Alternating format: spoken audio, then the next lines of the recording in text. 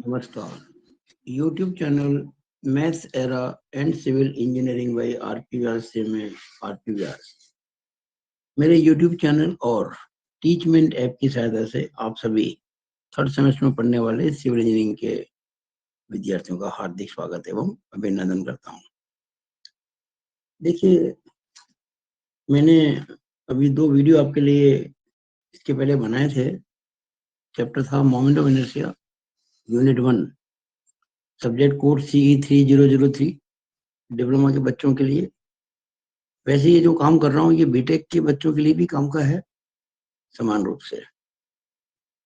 तो ये जो आप देख रहे हैं पुस्तक द्रव्य यांत्रिकी, और हमारे जो टीम है श्रीमान Suresh Jirathi, HOD civil GPC Jodhpur, मैं आरपी व्यास और डॉक्टर अमित पुरोहित, इन्होंने मिलकर ये पुस्तक लिखी है।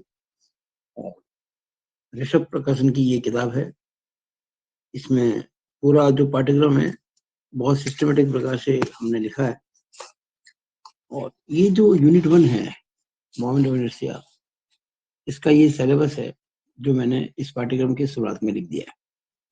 जो मेरे पिछले 2 वीडियो थे उसमें हम यहाँ तक कर चुके हैं 1.1.6 तक, यानी कंप्लीट डेफिनेशन, अलग अलग जो होते हैं सेक्शंस, उनके मोमेंट ऑफ इनर्शिया क्या होते हैं, उनके प्रूफ। आज हम करेंगे इस वीडियो में symmetrical and unsymmetrical I section, channel section, T section, angle section, hollow section, built up section और पोलर मोमेंट ऑफ इनर्शिया। संभव हुआ तो इसी वीडियो में, नहीं तो फिर एक वीडियो और बनेगा। तो बिना समय खराब किए शुरू करते हैं। मैं आपके लिए बहुत सरल प्रकार से हर चीज को समझाने की कोशिश करूंगा। आप अगर ध्यान से देखें वीडियो को तो बहुत लाभ होगा। अगर अच्छे लगे तो इसको लाइक शेयर करें और मेरे YouTube channel maths era and civil engineering by RPS को सब्सक्राइब करना ना भूलें। तो शुरू करते हैं। देखिएगा, शुरू करते हैं। मोमेंट ऑफ इनर्शिया और symmetrical I section, symmetrical I section. तो देखिए, इस प्रकार का होता है। मैं एक रेक्टेंगल बना देता हूँ। पहले मैं एक छोटा सा रेक्टेंगल बना देता हूँ, ठीक है। फिर ये बीचों बीच में एक लाइन खींच देता हूँ, ऐसी सेंटर लाइन यहाँ भी खींच देता हूँ। फिर इसको गहरा कर देता हूँ, इसको भी गहरा कर देता हूँ। फिर जितनी मोटाई मैंने ले ली और ये मैंने फ्लैंज बना दिया ऊपर का, उतना ही नीचे लेके मैंने ये फ्लैंज बना दिया नीचे वाला, और ये बन गई इसकी वेव आई सेक्शन की। ये है सिमेट्रिकल आई सेक्शन। आपको बस इतना करना है कि ये नाप पता करना है बस। जैसे मान लो ये, चलो कुछ समय के लिए मान लो ये 200 mm है। मैं अगर कोई नाप नहीं लिखता हूँ ना, डायमेंशन, तो उसको mm माने आप। ये मान लीजिए जो ओवरऑल है ये वाली, ये 400 mm है।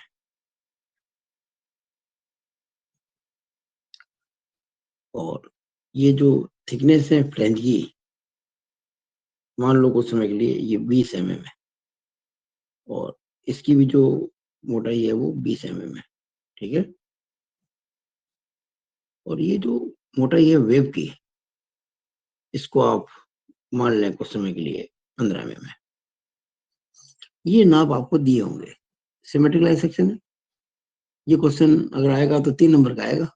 अब आपसे कहा गया है कि इसका moment of inertia about I x, about x axis यानी आई एक्स, और अबाउट वाई एक्सिस यानी आई वाई पता करें। दोनों पता करने हैं आपको। तो आप देखते हैं ये CG है इसकी, और ये एक्स एक्सिस है, और ये वाई एक्सिस है। अब वो इसका जो निकालेंगे moment of inertia about x axis, उसके लिए मैं आपको बहुत आसान तरीका बता देता हूँ ताकि कहीं आपको समस्या नहीं आए। तरीके तो बहुत सारे हैं, पर मैं आपको सबसे आसान तरीका बताऊंगा। आप क्या करें, पहले तो ये नाप पता कर लें, ये वाला। यहाँ से यहाँ तक का कितना होगा? ये कुल 200 है ना, 200 में से 15 गया, कितना बचा? 200 में 15 घटाएंगे तो बचेगा 185, 185। और 185 का आधा कर दें, अगर मैं 185 का आधा करूं, 2 9 18, 2 दूनी 4, 2 पंजे 10, 92.5 आ जाएगा। 200 में से 15 घटाए, 185, उसका आधा किया, 2 9 18, 2 दूनी 4, एक बचेगा 2 पंजे 10, ये हो गया 92.5, ये वाला 92.5। तो सिमिलरली ये वाला नाप भी 92.5 हो जाएगा ना, ये वाला आप देख रहे हो, ये भी 92.5 और ये भी 92.5। अब आप क्या करें, ये वाला नाप पता कर लें, ये वाला कैसे करेंगे पता? कुल कितना है? 400 टॉप टू बॉटम। ये 20 और 20 कितना हो गया? 40। 4 में 40 घटाओ, 360। अब देखिए, ये जो बड़ा रेक्टेंगल दिख रहा है आपको, ये वाला, ये अगर मैं यहाँ से शुरू करूं, यहाँ से सीधे ऊपरी में बाउंड्री वॉल पे अपना पेन चला रहा हूँ, ये पूरा, इस बड़े रेक्टेंगल में से ये 2 छोटे रेक्टेंगल, ये वाला और ये वाला, अगर आप घटा दें, लेस कर दें, तो ये आई बच जाएगा। जो आप दिख रहा है ना, ये आई सेक्शन, ये देखिए, ये और ये। हम अगर पूरा जो रेक्टेंगल है जिसका नाप है 200 बाई 400, इसमें से 92.5 गुणा 360 और 92.5 गुणा 360, ये 2 रेक्टेंगल घटा दें तो ये आई सेक्शन बच जाएगा। खास बात क्या है, ये जो एक्स एक्सिस है इस आई सेक्शन की, और जो एक्स एक्सिस है उन 3 पार्ट्स की, कौन सा? एक तो बड़ा रेक्टेंगल, ये 2 छोटे रेक्टेंगल, सबकी एक ही है, बड़े की भी यही है, छोटे की भी यही है। यानी देखिए, इस छोटे रेक्टेंगल की सीधी यहाँ आएगी, इस छोटे की सीधी यहाँ आएगी, और रेक्टेंगल पूरा जो बड़ा वाला फुल, उसकी सीधी यहाँ आएगी, और ये जो आई सेक्शन है इसकी भी यही आएगी। तो सभी एक ही लाइन पर आ गई, तो समांतर में लगाने की आवश्यकता नहीं पड़ेगी। तो आप सिंपल ये समझ लें, मैं अगर इसका आई एक्स निकालूं, आप क्या करें, बड़े रेक्टेंगल निकालने हैं, उसकी अपनी एक्सिस पर क्या होता है, बी डी क्यू बटा 12, तो 200 इंटू 400 बटा 12 निकल गया। और इसमें से ये जो 2 रेक्टेंगल है इनका घटा दें, इसका बी कितना है? 92.5। बी यानी की चौड़ाई, गहराई कितनी है? 360 का क्यूब बटा 12। लेकिन ऐसे 2 है ना, और सेम है बिल्कुल, इंटू 2 कर दो, यानी आप इसमें से ये घटा देंगे तो आपको आई सेक्शन का मिल जाएगा। बस यही करना, आप सॉल्व तो आप खुद कर ले, मैं सॉल्व नहीं करूंगा, ये MM4 में इसका आंसर आ जाएगा। अब मान लीजिए आपको आई वाई निकालना है, तो वाई की थ्योरी थोड़ी सी अलग बताऊंगा मैं, उसमें 3 पार्ट अलग करूंगा। इस बार मैं ये 2 रेक्टेंगल काम में नहीं लूंगा। कारण क्या कि ये जो 2 रेक्टेंगल छोटे छोटे डॉटेड, इसकी वाई एक्सिस ये है, और पूरे आई सेक्शन की वाई एक्सिस ये है, दोनों एक ही लाइन नहीं है, कोइंसाइड नहीं करती, संपाती नहीं है, तो हमको समांतर में लगानी पड़ेगी, जो मैं नहीं चाहता कि आपको लगाने के लिए बाध्य होना पड़े। इस बार मैं टुकड़े जो करूंगा 3, वो ये होंगे, एक ये वाला फ्लेंज जो मैंने ये लाइनिंग किया ना, एक ये वाला फ्लेंज, और एक ये वेव। अब देख रहे होंगे ये जो फ्लेंज ऊपर वाला, इसकी सीधी यहाँ है, नीचे वाले फ्लेंज की सीधी यहाँ है, और वेव की सीधी यहाँ है, और तीनों सीधी ये वाई एक्सिस पर ही आ रही है, जो आई सेक्शन की है, एक ही लाइन पे आ रही है। तो हमें समांतर में यानी कि पैरेलल एक्सिस पर लगाने नहीं पड़ेगी। आई वाई निकालने का तरीका क्या हो गया, आप जानते हैं किसी रेक्टेंगल का आई वाई कितना होता है? डी बी क्यू बटा 12, याद है ना आपको? आई एक्स बी डी क्यू बटा 12 और आई वाई डी बी क्यू बटा 12 हमने डिस्कस कर लिया था पिछले वीडियोस के अंदर। तो अब ये जो ऊपर का जो फ्लैंज है, इसका बी तो हम कहेंगे 200, डी 20, अब हो जाएगा डी बी क्यू, तो उस केस हो जाएगा 20 और ये 200। देखिएगा 20 इंटू 200 क्यूब बटा 12, 20 इंटू 200 क्यूब बटा 12, ये हो गया इस फ्रेंच का। और जो इसका होगा एग्जैक्टली वही इसका भी होगा, तो हम इंटू 2 कर दें इसको, बस ये लो इंटू 2 कर दिया हमने, तो इसका भी हो गया। इसका अब 20 का वेव, तो प्लस कर दें। इसका डी कितना है? इसका डी है ये आपका 360। बी कितना है इसका? बी है 15 क्यूब बटा 12। बस ये आप अच्छे से समझ लें, तो ये आपके 3 मार्क्स पक्के हो गए हैं। ये अगर क्वेश्चन आएगा एग्जाम में 3 नंबर का आएगा। आप समझ गए ना? आपको ये पूरे नाप दे रखे हैं 200 बाई 400, मोटाई दे रखी है दोनों फ्रेंच की और वेब की। आपको ये बीच वाला रेक्टेंगल है छोटा सा, इसकी चौड़ाई निकालने, इसकी गहराई निकालनी है। तो आई एक्स निकालने के लिए आई सेक्शन का पूरा जो आई सेक्शन है, वो पूरा जो ये रेक्टेंगल है ये, इसका निकालेंगे। उसमें से ये 2 रेक्टेंगल घटा देंगे तो आई सेक्शन बच जाएगा। और जिसमें से घटाएंगे और जिनको घटाएंगे सबकी सीजी इस एक एक्सिस पर आ रही है, इसलिए हमने ये सिंपली ये काम कर दिया। और वाई के अबाउट निकालने के लिए हमने क्या किया, 3 अलग अलग लिए, ये फ्लैंज, ये फ्लैंज और ये वेव, तीनों की सीजी एक ही लाइन पर आ रही है, इसलिए हमने सिंपली कर दिया डी बी क्यू बटा 12, डी बी क्यू बटा 12, डी बी क्यू बटा 12, डी बी क्यू बटा 12। और ये आपके सामने आंसर आ गया, MM4 में आएगा ये आंसर। ये आपको मैंने बताया है moment of inertia of symmetrical I section. अब करते हैं moment of inertia of unsymmetrical I section.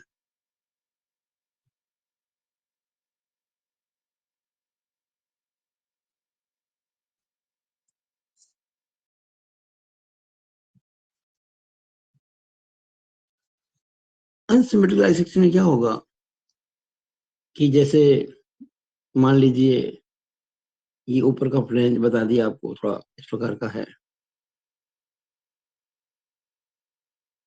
ये वेव है, और ये नीचे का फ्लैंज है, बड़ा है, ये इस तरह से। तो आपको क्या करना होगा, सबसे पहले आपको सब नाप दे रखे होंगे। मैं अभी इसमें नाप लिखूंगा नहीं, मुझे कोई क्वेश्चन नहीं करना है, क्वेश्चन तो आप करेंगे। मैं तो आपको केवल समझाने की कोशिश कर रहा हूँ, केवल आपको मैं समझा रहा हूँ। मान लीजिए कुछ समय के लिए ये जो है इसकी चौड़ाई B1 है, कुछ समय के लिए मान लीजिएगा, और इसकी जो डेप्थ है वो D1 है। इसकी जो चौड़ाई है वो B2 है, नीचे वाले फ्लैंज की, और डेप्थ जो है इसकी D2 है। आप अगर ध्यान से समझेंगे तो कोई दिक्कत नहीं आएगी। और ये जो वेव है इसकी जो विड्थ है वो मान लीजिए B3 है, और जो इसकी डेप्थ है वो मान लीजिए D3 है, कुछ समय के लिए मान लीजिए। अब आप देख रहे होंगे कि वाई एक्सिस के अबाउट तो सिमेट्री है। ये जो पेन देख रहे हैं ना, बिल्कुल सेंटर में रखा मैंने, इसके दोनों तरफ इधर उधर एक जैसा है। अबाउट वाई एक्सिस तो बहुत समस्या नहीं आएगी, कोई समस्या आएगी नहीं, बल्कि और हम आराम से जैसे निकाला पहले वाले का, इसका भी निकाल लेंगे। वाई का अबाउट सिमेट्री है, लेकिन एक्स के अबाउट नहीं है। कारण क्या? नीचे का पोर्शन भारी है, तो इसकी जो टोटल डेप्थ है सीधी उसके आधे से कुछ नीचे पे आएगी, एग्जैक्टली सेंटर में नहीं आएगी, क्योंकि नीचे का पोर्शन भारी है ना, तो ये नीचे की तरफ शिफ्ट हो जाएगी सीधी इसकी। ये बनेगी एक्स एक्सिस, ये बनेगी इसकी एक्स एक्सिस, ये सीधी है। अब आपको सारे नाप दे रखे होंगे। अब मैं आशा करता हूं कि आपको सीजी की जो लोकेशन होती है सेंटर ऑफ ग्रेविटी, वो तो निकालनी आती ही होगी। ये मैं मान लीजिए कह देता हूँ वाई बार।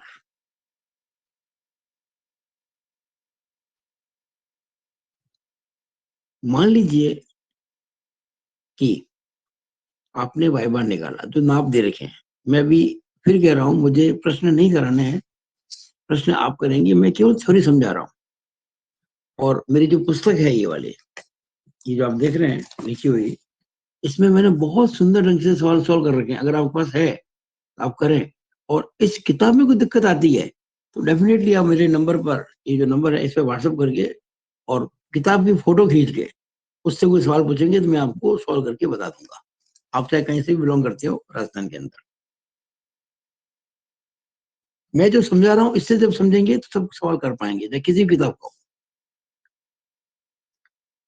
तो वाई बार कैसे निकालते हैं आपको पता होना चाहिए फॉर्मूला। मैं उस पर डिस्कस भी नहीं करूंगा, मैं पहले कहता हूँ मैं इस पर डिस्कस बिल्कुल नहीं करूंगा।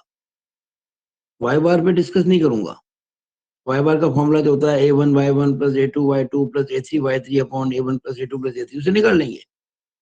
आपने सेकंड सेमेस्टर में पढ़ा होगा ना सेंटर ऑफ ग्रेविटी के चैप्टर, उसके बेस पे मैं इस वीडियो में केवल आपको मोमेंट ऑफ इनर्शिया निकालना सिखा रहा हूँ।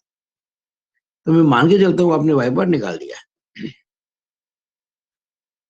वाई बार निकल जाएगा। तो फिर आप ये जो ऊपर की डिस्टेंस है ये वाली भी निकाल लें, ये वाली, ये वाली। अच्छा, कुछ समय के लिए मैं मान लेता हूँ, कुछ समय के लिए, कि वाई बार आप निकाला और ये आ गया मान लीजिए 40 mm, मान लीजिए 40 mm आ गया। और ये जो आपका आ गया, ये आ गया मान लीजिए कुछ समय के लिए, इसको हम मान लेते हैं 200 मान लेते हैं। मैंने थोड़े समय के लिए मान लिया, सुविधा के लिए, केवल आपको समझाने के हिसाब से बात कर रहा हूँ। एक को 40 मान लिया, एक को 200 मान लिया। अब जो हमारी ये बेस लाइन है ये वाली, यहां से इसका जो सेंटर है, इसका सेंटर वो कैसे निकालेंगे आप। ये डिस्टेंस आपकी कहलाएगी Y1। ये इसको मैंने क्या कहा, 2 कहा ना, ये Y2। और ये जो वेव है ना, इसका सेंटर यहाँ कहीं होगा। इसकी डिस्टेंस यहाँ से कहलाएगी बॉटम से। इसको मैंने नंबर 3 कहा है ना, देखिए नंबर 1 था, ये 2 था और ये 3 था। तो ये जो वेव का सेंटर है ना वो यहाँ से कहलाएगा Y3। और जो टॉप फ्लैंज है ये वाला, इसका सेंटर ये यहां से कहलाएगा बॉटम से Y1। अब आपको ये Y1 Y2 Y3 निकालना तो आना ही चाहिए, कुछ समस्या आएगी नहीं आपको इसके अंदर। तो आपको सब ये दूरियां पता है सारी, चौड़ाई चौड़ाई मोटाई सब कुछ पता है, निकाल लेंगे। चलो एक बार बता देता हूँ वाई बार का फॉर्मूला। वाई बार फॉर्मूला आएगा A1Y1 plus A2Y2 plus A3Y3 upon A1 plus A2 plus A3। इससे आप निकाल लेंगे। A1 कैसे निकालेंगे, B1 इंटू D1। A2 कैसे निकालेंगे, B2 इंटू D2। A3 कैसे निकालेंगे, B3 इंटू D3। सब नाम आपको पता होंगे क्वेश्चन में। अगर अलग अलग प्रकार से दे रखे होंगे तो आप निकाल लेंगे, जैसे मैंने आपको बताया उस प्रकार से। Y1 कैसे निकलेगा, देखिए Y1 ये हम यहाँ से नाप रहे हैं ना, इस जगह से, इसका सेंटर। तो देखिएगा ये आपका, ये जो D2 है ना, D2, फिर ये D3, यानी D2, चलो लिख देता हूँ मैं, आज लिख देता हूँ ताकि आपको समस्या पैदा नहीं हो। A1 होगा इसका B1 इंटू D1। A2 होगा B2 इंटू D2। और A3 होगा B3 इंटू D3।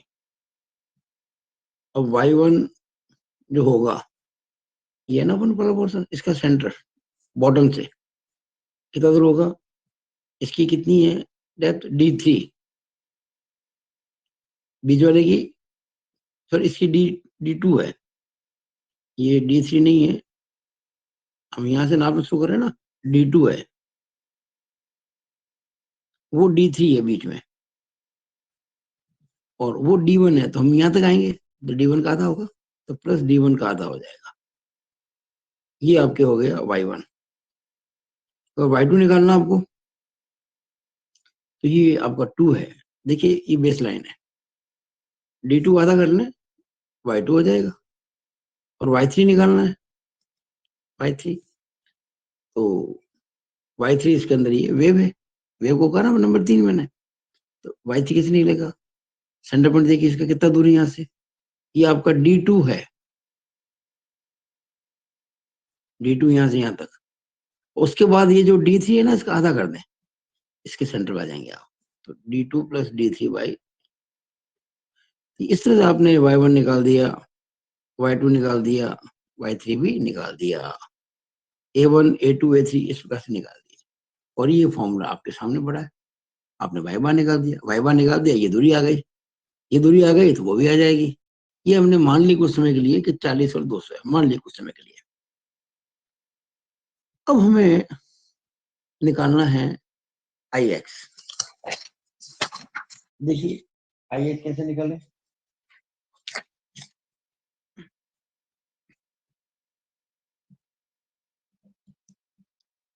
Ix निकालेंगे ऐसे, Ix1 plus Ix2 plus Ix3, Ix1 plus Ix2 plus Ix3,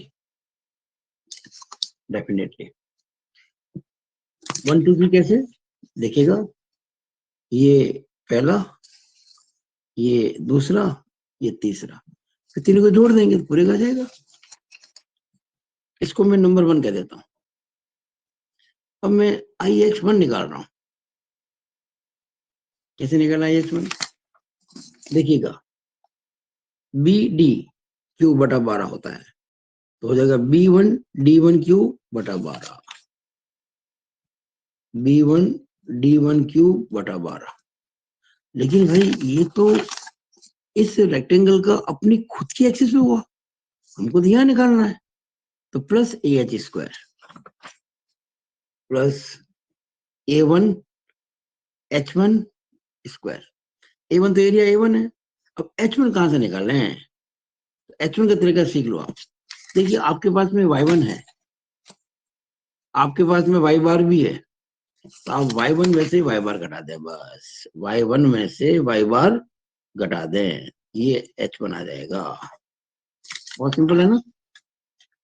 actually ये जो ऊपर का फ्लेंज है, इसकी सीजी बॉटम से Y1 दूरी पर है, यहाँ से Y1 दूरी है, और ये जो पूरे आई सेक्शन की सीजी है, वो यहाँ से Y बार दूरी पर है।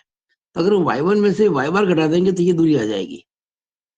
हमने लगाई है समांतर अक्ष प्रमेय, पैरेलल एक्सिस थ्योरम, क्योंकि जिस एक्सिस के अबाउट हमको मोमेंट ऑफ इनर्शिया निकालना है और जिसके अबाउट हमको पता है, इनके बीच की दूरी को हम H कहते हैं, यहाँ हम H1 कह रहे हैं। ये देखिएगा, ये आपका H1 है, ये H1 है आपका, ये वाला। इसी तरह से H2 की बात जब करेंगे तो 2 नंबर ये है ना, तो इसकी जो लाइन है सेंटर, वो ये है, ये आपका H2 है, ये वाला। यानी जो नंबर 2 एरिया है रेक्टेंगल का, उसकी सीजी से पूरे आई सेक्शन की सीजी की दूरी जो वर्टिकल है, ये H2 है। अब बात करते हैं 3 नंबर की। तो जो ये वेव है ना बीच वाला, इसका सेंटर जो है वो तो ये है, ये इसकी खुद की एक्सिस हो गई, और पूरे आई सेक्शन की एक्स एक्सिस ये है, तो ये जो दूरी दिख रही है आपको, ये वाली ये दरअसल H3 है। तो H1 H2 H3 निकालने का बड़ा आसान तरीका है। देखिएगा H1 निकाल दिया, अब हम निकालेंगे Ix2। क्या निकालेंगे? Ix2। आप Ix2 निकालेंगे तो हो जाएगा B2 D2 क्यूब बटा 12, B2 इंटू D2 क्यूब बटा 12 plus AH square A2 H2 square. और भाई ये जो है नंबर 2 रेक्टेंगल, इसका क्या हो जाएगा, बी डी क्यू बटा 12, तो बी तो B2 है, डी D2 है, तो B2 इंटू D2 क्यू बटा 12, ये तो हुआ इस रेक्टेंगल का अपनी खुद की एक्स पर। हमें तो यहाँ निकालना है, तो प्लस एच स्क्वायर होता है, तो A2H2 स्क्वायर हो जाएगा, ये हो गया। A2 तो आप निकाल चुके हैं, H2 बता देते हैं आपको निकालना। जैसे ये y1 माइनस वाई बार है, वैसे ये y2 माइनस वाई बार हो जाएगा। अब कई बार क्या होता है कि y2 बड़ा होता है, वाई बार छोटा होता है, तो जो भी बड़ा हो उसमें छोटा कराना है। तो मैं कह सकता हूँ कि y2 माइनस वाई बार या वाई बार माइनस वाई2, जो भी बड़ा हो वो ले लेंगे। अगर y2 बड़ा है तो y2 में से वाई बार घटा देंगे, और वाई बार बड़ा है तो वाई बार में से y2 घटा देंगे, जो भी बड़ा है। शॉर्ट में हम कह सकते हैं इसको कि y2 माइनस वाई बार का मॉडुलस कह दो आप।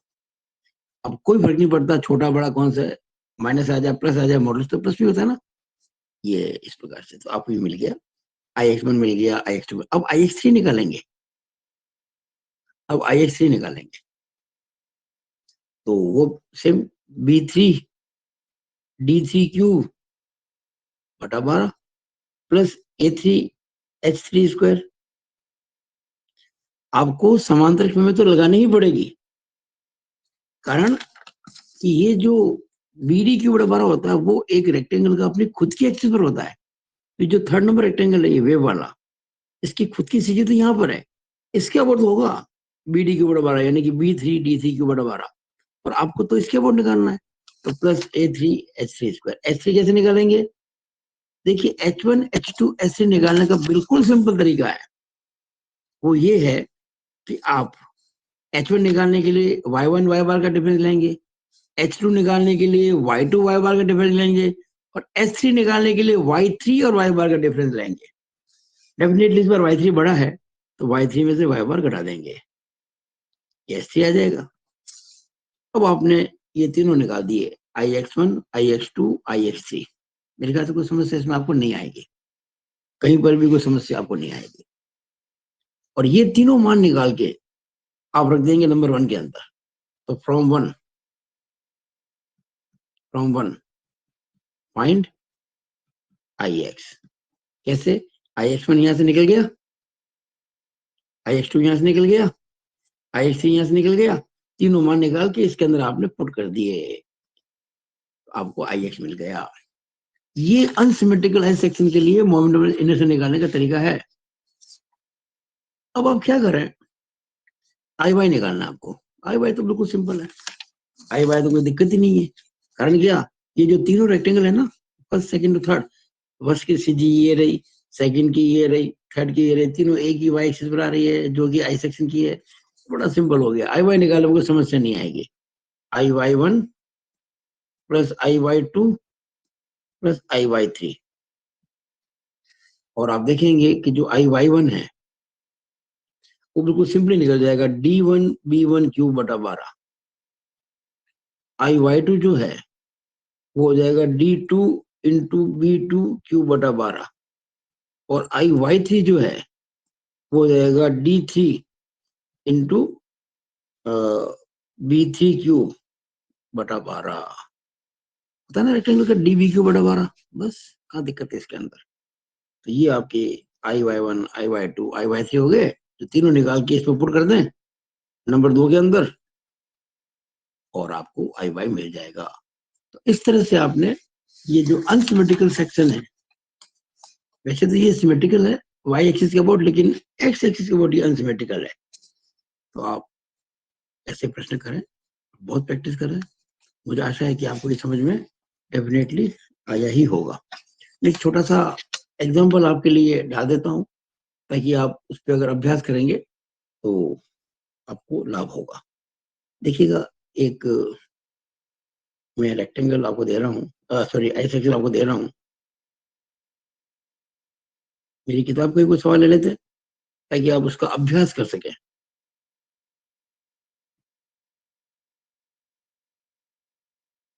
मैं एक सवाल ढूंढ लेता हूँ, उस पर कहीं डेफिनेटली होना चाहिए। मैंने बहुत सवाल लिए हैं इसमें बुक के अंदर। तो देखिएगा, ये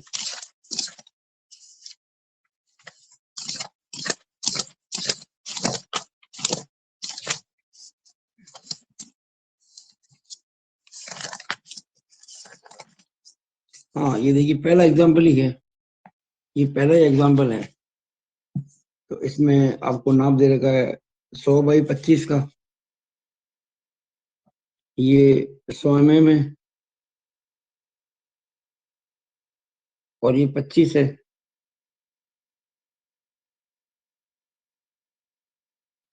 और नीचे दे रखा है आपको 160/40 का,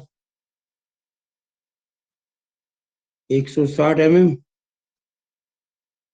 mm/40 का।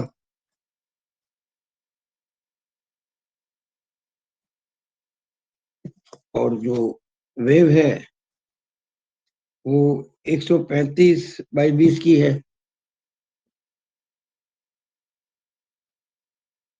135 और ये 20।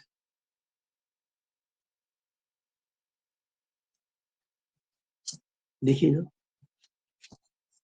100/25, 160/40 और 135/20, ये नाप मैंने दे दी आपको। तो आप जब इस क्वेश्चन से सॉल्व करके आई एक्स आई वाई निकालेंगे तो मैं आपको आंसर दे देता हूँ। आई एक्स इसका आना चाहिए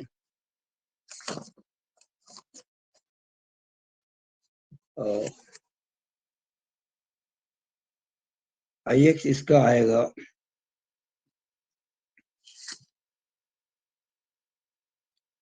58911753.1 ये आएगा। कैसे आएगा ये? 3 निकालेंगे ना, इसका इसका इसका जोड़ के। अगर मैं इसकी जोड़ करूं, मैंने 1 माना था इसको और 2 वेव को और 3 माना मैंने फ्रेंच को। देखिएगा मैंने इसको 1 माना, इसमें इसको 2 माना, इसको 3 माना है। अभी तो कहा 25 इंटू 100³/12 और 135। हाँ इसको मैंने 2 माना है। मैंने इस क्वेश्चन में इसको 1 माना है और इसको 2 माना है और इसको 3 माना है। तो ये जो IX1 है ये आएगा, मैं आपको बता दूं, आपकी प्रैक्टिस अच्छी हो जाएगी उससे। और ये 309 493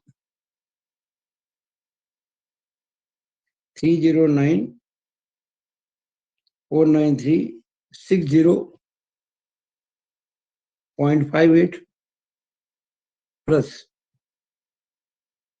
6700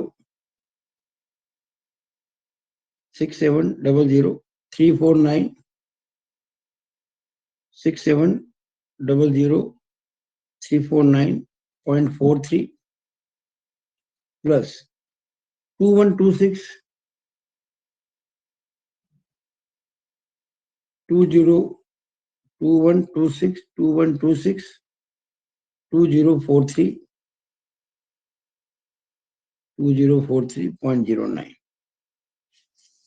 ये सब आप जब जोड़ेंगे IX1 IX2 IX3 तो ये आ जाएगा। इसी तरह से जब आप IY निकालेंगे, IY जो इसका आएगा वो आएगा 1582 6666.66।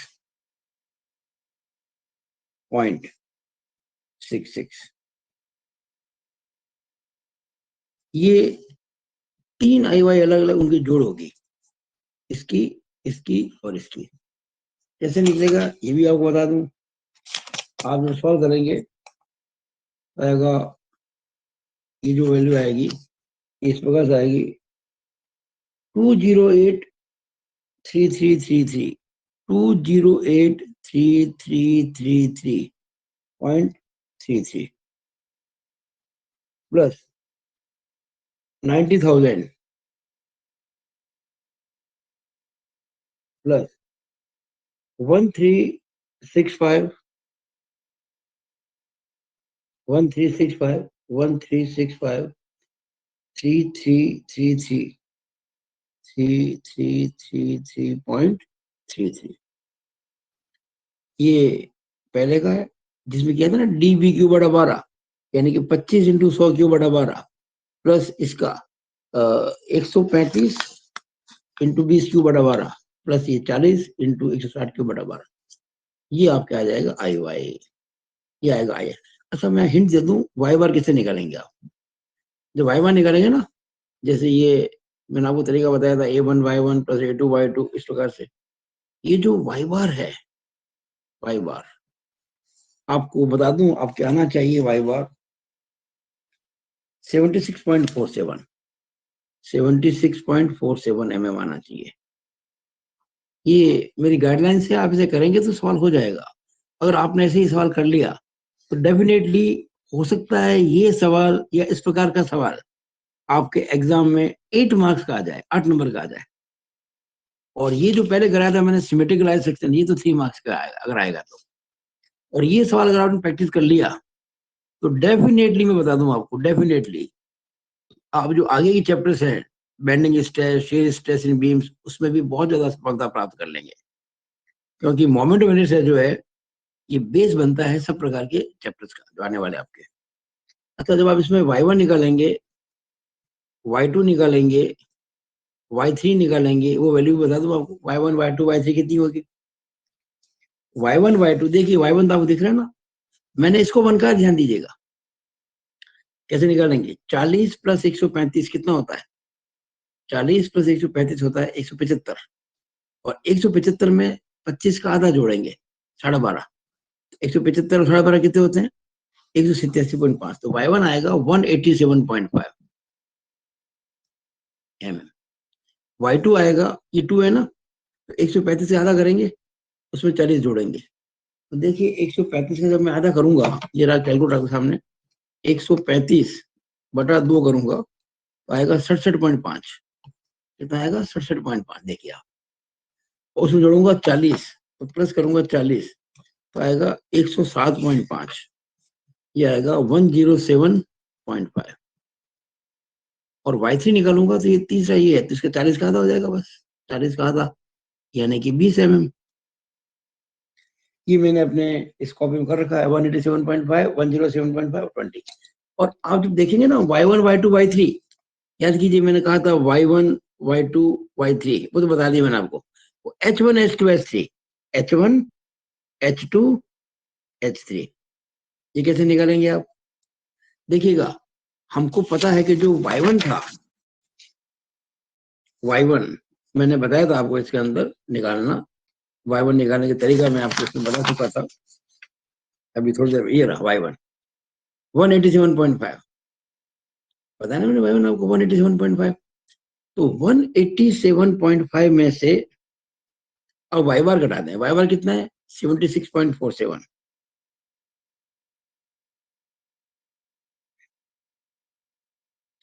h2 ये किसका डिफरेंस होता है? y2 और y बार का। y2 कितना है? 107.5, y बार 76.47, बड़ा कौन है? ये तो 107.5 माइनस 76.47,